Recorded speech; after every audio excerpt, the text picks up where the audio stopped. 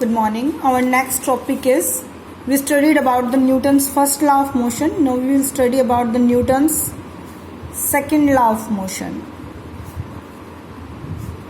What is it? Newton's second law of motion. क्या होता है Newton second law of motion? देखो क्या कहता है. Before Newton second law of motion we study about the momentum.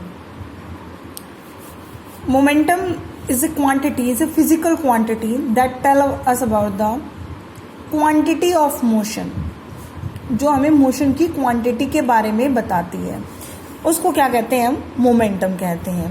Momentum को हम P से इंडिकेट करते हैं, जैसे हम वेलोसिटी को V से, फोर्स को F से इंडिकेट कर रहे हैं. In the same way momentum को हम P से इंडिकेट करते हैं and that is measured as the product of mass and velocity. कैसे मेजर करते हैं इसको? As the product of mass and velocity. जो मास है वो स्केलर क्वांटिटी है बट वेलोसिटी वेक्टर है. मतलब हमारा मोमेंटम भी कैसी क्वांटिटी है? वेक्टर क्वांटिटी है. तो व्हाट इज मोमेंटम?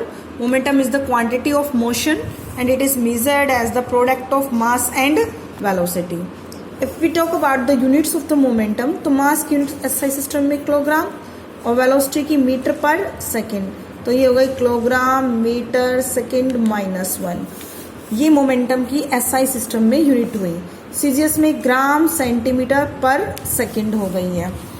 तो मोमेंटम, यदि कोई दो बॉडीज है और उनकी मोमेंटम सेम है, लेट अस सपोज दो बॉडीज है, एक की मोमेंटम P1 है, मास M1 वेलोसिटी V1 है, दूसरी की मोमेंटम M2 है, मास M2 वेलोसिटी V2 है, बट वी से कि दोनों मोमेंटम सेम है, दोनों की मोमेंटम सेम है और इनमें से M1 का मास M2 से ज़्यादा है, मीन्स M1 ज़्यादा मास की है. तो V1 bye V2 is equal to होगा M2 बाय M1. यहाँ देख सकते हैं, मैं आपको एक्सप्लेन कर रही हूँ ये टर्म. हमें क्या कहा गया?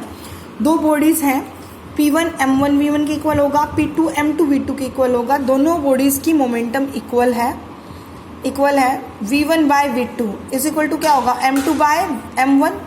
मास M1 ज़्यादा है, यदि M1 बड़ा है तो ये टर्म 1 से कैसी होगी? लेस. फॉर एग्जाम्पल, यदि ऊपर वाली 6 टर्म है और M1 ज़्यादा तो इससे बड़ा होगा, मान लो 8 है, तो ये वैल्यू पॉइंट समथिंग आएगी, मतलब 7.7 समथिंग, मीन्स 1 से लेस हो गई. तो नीचे वाली टर्म बड़ी होने से पूरी 1 से लेस.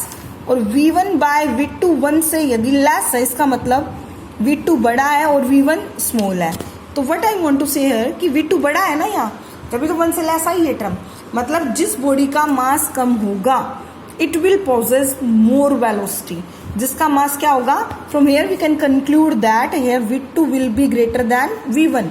मतलब जिस बॉडी का मास ज़्यादा होगा it will possess less velocity और जिसका मास कम है उसकी वेलोसिटी ज़्यादा होगी if both having the same momentum.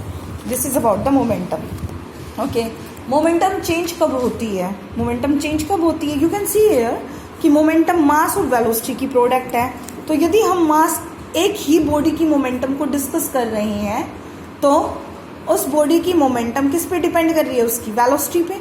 Means by changing velocity we can change the momentum.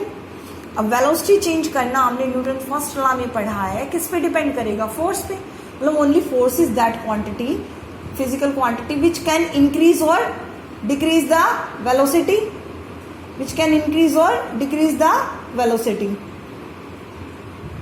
Now, अभी क्या कहते हैं हम? मतलब मोमेंटम को चेंज करना है तो फोर्स अप्लाई करनी पड़ेगी. इट मीन्स हम फोर्स को अप्लाई करके मोमेंटम को क्या कर देते हैं? चेंज. तो मोमेंटम चेंज करनी है तो फोर्स अप्लाई करो, वेलोसिटी इंक्रीज और डिक्रीज होगी और मोमेंटम क्या हो गई? चेंज हो गई. तो Newton second law of motion क्या कहता है? Force is directly proportional to rate of change in momentum. मतलब force is directly proportional to change in momentum divided by time. मतलब जब ऑब्वियसली हम किसी बॉडी पर फोर्स लगाएंगे, लेट अस सपोज इनिशियल किसी बॉडी की वेलोसिटी u है. कितनी है वेलोसिटी? u. मोमेंटम कितनी होगी? मास इनटू वेलोसिटी, मतलब mu. हमने F फोर्स उस पर अप्लाई की तो वेलोसिटी कितनी बन गई? v. नाउ मोमेंटम कितनी होगी? m into v. Force apply करने से बॉडी की वेलोसिटी क्या हो गई? चेंज. मतलब मोमेंटम भी चेंज हो गई. हमने कहा वो फोर्स कितने टाइम में मोमेंटम चेंज हुई, इस बात पे डिपेंड करेगी. Force is directly proportional to rate of change in momentum. Time को हम बोलते हैं रेट ऑफ मतलब प्रोसेस स्लो है या फास्ट है, मतलब गिवन टाइम में कैसे हो रहा है प्रोसेस, स्लो या फास्ट हुआ है। तो फोर्स बराबर change in momentum upon time. यदि इस प्रोपोर्शनलिटी साइन को हटाएं तो हम इसे एक इक्वल टू पुट करते हैं हमेशा और एक कांस्टेंट लगाते हैं, कांस्टेंट चेंज इन मोमेंटम। बेटा देखो पहले मोमेंटम क्या थी mu, नई कितनी हो गई mv, तो चेंज इन मोमेंटम कितना हुआ mv माइनस mu, और लेट अस सपोज ये t टाइम में हुआ तो अपॉन t। इसके कांस्टेंट की वैल्यू 1 होती है। कितनी वैल्यू होती है इसकी? 1 होती है। m कांस्टेंट है, बाहर आ गया, m कॉमन है, v minus you upon T, आपने ये पढ़ाई है। एक्सेलरेशन बराबर होता है v minus you by T, मतलब इसकी जगह हम क्या पुट कर सकते हैं m a। तो हमारे पास एक नया फॉर्मूला ड्राइव हो गया, force is equal to mass into acceleration. क्या हो गया नया फॉर्मूला ड्राइव हमारा? Force is equal to mass into acceleration. तो न्यूटन सेकेंड लॉ क्या कहता है? Force is directly proportional to rate of change in momentum, and using this formula we derive that force is equal to mass into acceleration. Force किसके बराबर होता है? मास into acceleration के बराबर होता है। एंड यूनिट्स ऑफ मास, मास की unit क्या है यहाँ पर? यू नो मास की यूनिट क्या है? इट्स किलोग्राम, और एक्सेलरेशन की यूनिट क्या है? Metre per second square. Now CGS system में gram centimetre per second square, these are the units of the mass. तो मास की एक नई डेफिनेशन आ गई, mass is defined as the product of force की एक नई डेफिनेशन आ गई, product of mass and acceleration. Means mass तो कैसा होगा किसी बॉडी का? कांस्टेंट। तो फोर्स बढ़ाने से क्या बढ़ता है? बॉडी का एक्सेलरेशन बढ़ता है। ओके नाउ यदि किसी पे हम F अप्लाई ही ना करें, फोर्स 0 हो, मतलब m भी क्या होगा? तो m इंटू ए किसके इक्वल होगा? 0 के। बट यू नो किसी बॉडी का मास 0 नहीं हो सकता। जब कोई बॉडी एग्जिस्ट ही कर रही है तो उसका मास भी होगा, m 0 नहीं होगा तो क्या 0 होगा? मतलब a 0। a 0 का क्या मतलब है? v is equal to u plus 80। a 0 तो v क्या हो गया? u। मतलब इनिशियल वेलोसिटी और फाइनल वेलोसिटी इक्वल होंगे। मतलब यदि फोर्स अप्लाई नहीं की तो वेलोसिटी चेंज ही नहीं होगी, वेलोसिटी कैसी बनी रहेगी? सेम बनी रहेगी। तो that is the Newton's second law of motion. Okay, on this law there are 2 units of force. Force की यूनिट्स को डिफाइन किया गया। एसआई सिस्टम में फोर्स की यूनिट को नाम दिया गया न्यूटन, और सीजीएस सिस्टम में उसको नाम दिया गया डायन।